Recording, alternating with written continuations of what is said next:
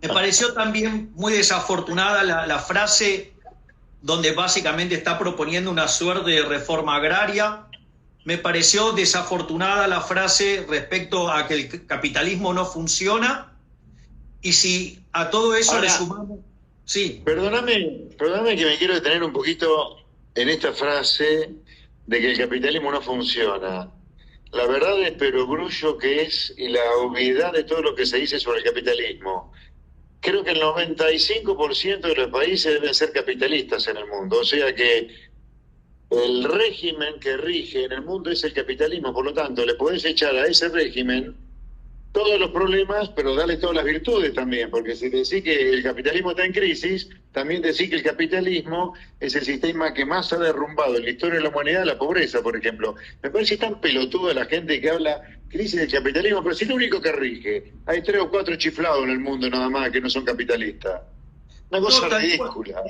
tal cual, yo estoy totalmente de acuerdo contigo. Habría que contarle a Alberto Fernández y a su séquito de personas que lo rodean, viste que me estoy tratando de portar bien, ¿no? O sea, lo dije. Te veo muy contenido, pero podés soltarte un poquito, no está El bulla, séquito no de está bulla. pelotudos que lo rodean. Bueno, pero convengamos que, digamos, o sea, fue consensuado. Te agradezco mucho vi un comentario que hiciste de Instagram sobre el tema de las formas y el fondo, donde vos claramente decías, muchachos, terminemos con esto de la tiranía de las formas y hagamos foco en el fondo, porque, digamos, o sea, con esto de las buenas formas nos vienen jodiendo hace 100 años y la verdad es, digamos, que cada vez estamos peor. O sea, y yo, digamos, sé de dónde vienen los piedrazos, a quién van los piedrazos, y yo te lo valoro y te lo agradezco enormemente, profe, porque sé que en el fondo es una defensa que estás haciendo hacia mi persona, porque, digamos, o sea, yo, digamos, he tomado como actitud de vida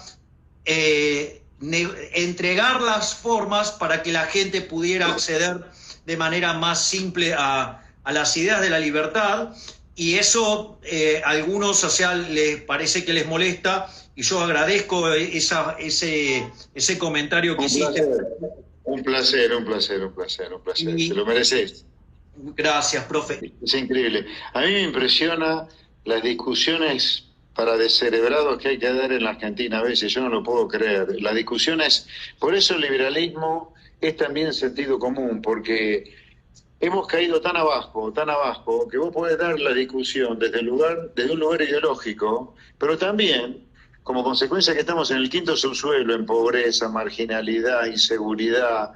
Podemos hablar de sentido común también, por eso hablar de liberalismo en Argentina hoy es puro, puro, puro, puro sentido común. Siempre damos como ejemplo las leyes laborales, ¿no? Las leyes laborales argentinas han causado que 6 millones de argentinos laburantes laburen en negro, sin jubilación, sin medicina, sin aguinaldo, sin vacaciones probablemente. Entonces alguien dice como nosotros, che, hay que cambiar todas las leyes laborales, ¿para qué? Para hacerlas muchísimo más flexibles. Y te dicen, che, pero eso es precarizar el empleo. Pero escuchame una cosa, Los 6 6 millones, millones de laburantes, 6 millones de laburantes laburando en negro. ¿Qué carajo es? Es tener claro. precarizado a 6 millones de personas. Si uno quiere hacer cambio, no es para precarizarlas más, que estén peor, sino para hacer el bien. Todas las discusiones las podés ver en Argentina, una moneda con dos caras. Liberalismo popular o liberalismo de un lado y sentido común del otro. Agarrás el tamaño del Estado. Te dicen, ¿qué querés echar gente? No, no echar gente porque uno tiene el placer de ver gente despedida. Acá a ningún político se le mueve un pelo, bueno, yo no tengo, ¿no? Vos sí. A ningún político, a algunos políticos se le mueve el pelo, a otros no se le mueve el pelo, cuando el sector privado, producto de la crisis de Macri, más la cuarentena, destruyó más de 1 millón de puestos de trabajo. A ningún político se le mueve un pelo. Le importa un carajo que las empresas se fundan, que la gente de laburo se quede sin laburo, que el comerciante cierre sus puertas, que la industria no tenga gas. A ningún político de estos que han dado vueltas hace 50 años le importa nada la pérdida de trabajo privado. Ahora, eso sí, no va ya a tocar un ñoqui en el Congreso, ¿no? No, viste, pará. Otra cosa que me impacta de esta clase política caradura que tenemos, que nos ha destruido como nación, cómo se rasgan las vestiduras los políticos tradicionales, los profesionales, cuando tienen que pagar la deuda. cuando la deuda lo votan ellos mismos en el Congreso cada vez que sanciona el presupuesto. Vos sabés que hay un artículo, nunca me acuerdo exactamente del artículo, pero hay un artículo donde se sanciona la cantidad de deuda pública que el Congreso le autoriza al gobierno. Entonces vos tenés a los políticos del Ejecutivo enviando un proyecto de ley donde en un artículo dice cuánto déficit fiscal y cuánta deuda pública se va a tomar. El resto de los políticos que están legislando sancionan eso por ley y después cuando tienen que pagarla se rascan la vestidura que no la pueden pagar. ¿Pero para qué te endeudás? Lo sancionó por ley. La deuda está sancionada por ley. Y después hablan de la deuda legítima, de la deuda ilegítima. Conjunto de caraduras dementes. Sí, es verdaderamente disparatado. Eso que vos estás señalando ahí, profe, la realidad es que a uno le sorprende, es como que esta gente tuviera desconexión con las identidades macroeconómicas básicas, ¿no? En el sentido de que los tipos no se dan cuenta, digamos, que el déficit fiscal, ¿sí? Digo, primero que pasa por el Congreso, arranca en la Cámara de Diputados, si eso tiene un sentido, ¿no? Digo, con el tema de que son los representantes del pueblo, cosa, digo, que a mí me parece que bastante poco cierto y han demostrado que estamos frente a un Estado fallido, donde esta semana que pasó, digamos, y esto tiene que ver con el conjunto de frases desafortunadas de esta semana, es, digamos, esta gente se sube 40% el sueldo, cuando en realidad, o sea, dejaron a todos los argentinos sin laburo, o sea, nos diezmaron los ingresos, hicieron un desastre, ¿sí? Ahora nos siguen cobrando impuestos y además ellos se suben las dietas, digamos, y eso, digo, tiene varias dimensiones, ¿sí? La primera es como, digo, ellos se suben la dieta, ellos se aumentan el sueldo. Eso es subirnos los impuestos, ya sea en formato de deuda, que son impuestos futuros, y la inmoralidad que eso pegándole a nuestros hijos, a nuestros nietos, a gente que aún no ha nacido, gente que no vota, o con impuesto inflacionario rompiéndole el culo a los pobres, o digamos, o con impuestos explícitos derrumbando la economía. Pero no solo se quedan en eso. Digo, la señora Fernanda Vallejos diciendo que le da vergüenza lo que gana, que debería ganar más y que se compara con un CEO. Digo, la señora Fernanda Vallejo tiene que entender dos cosas. Mientras que un CEO crea valor, ellos se financian con una fuente coactiva de ingresos que son los impuestos. O sea, no entiende ni siquiera esa diferencia. Pero lo que me resulta más que me rompe los ojos, como verás, estoy hecho un santo hoy. Sí, que se rompe las pelotas, decilo, te rompe los huevos. Lo que a mí más me enerva es que esta mujer dice, se compara con un CEO. Entonces, si ella cree que está al nivel de un CEO, que prepare el currículum y que lo vaya a buscar al sector privado, a ver si ella efectivamente no consigue laburo ni en pedo. Pero además hay una cosa ahí también, hay que agregar.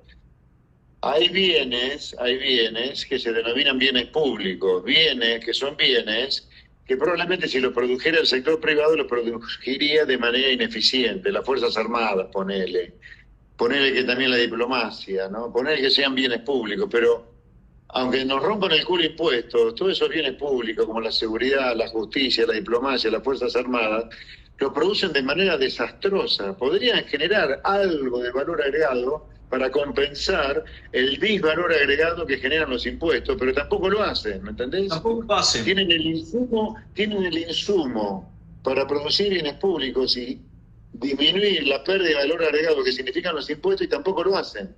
Sí, de hecho, eso es tal cual como vos decís, profe. Esto pasó el otro día. Yo, digamos, hago un programa con Carlos Kikuchi, que hacemos un programa de radio. Estuvo bueno porque en una de esas entrevistas que hicimos estuvo Andrés Cisneros. Y una de las cosas que nos contaba en la entrevista es que el Instituto Diplomático de Argentina es uno de los mejores del mundo. O sea, los diplomáticos de carrera argentinos son muy buenos. Y sin embargo después termina esto dominado por una cuestión política y no por los diplomáticos de carrera.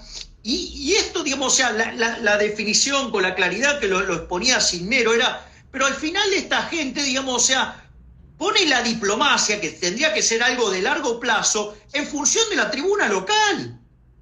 Sí, no, es increíble. Ahora, lamentablemente, en ese error, o en ese horror, o en esa hija de puticia caen todos los gobiernos, ¿no? kirchneristas, cambiemistas, radicales, peronistas, a los diplomáticos de carrera los dejan siempre a un costado cuando tenemos un servicio diplomático, como vos decís, extraordinario. Por eso, ni siquiera con la montaña de impuestos que recaudan de manera, obviamente utilizando lo que es el poder de policía de la AFIP, son capaces de generar bienes públicos. O sea, la pérdida de valor agregado, yo diría ya la pérdida de potencial económico, la pérdida de crecimiento potencial que te generan los impuestos en Argentina es enorme, enorme, enorme. Vos sabés que, dicho sea de paso, sabés que es un tema que vos has estudiado mucho en Pandenomics, su excelente libro. Ah, gracias.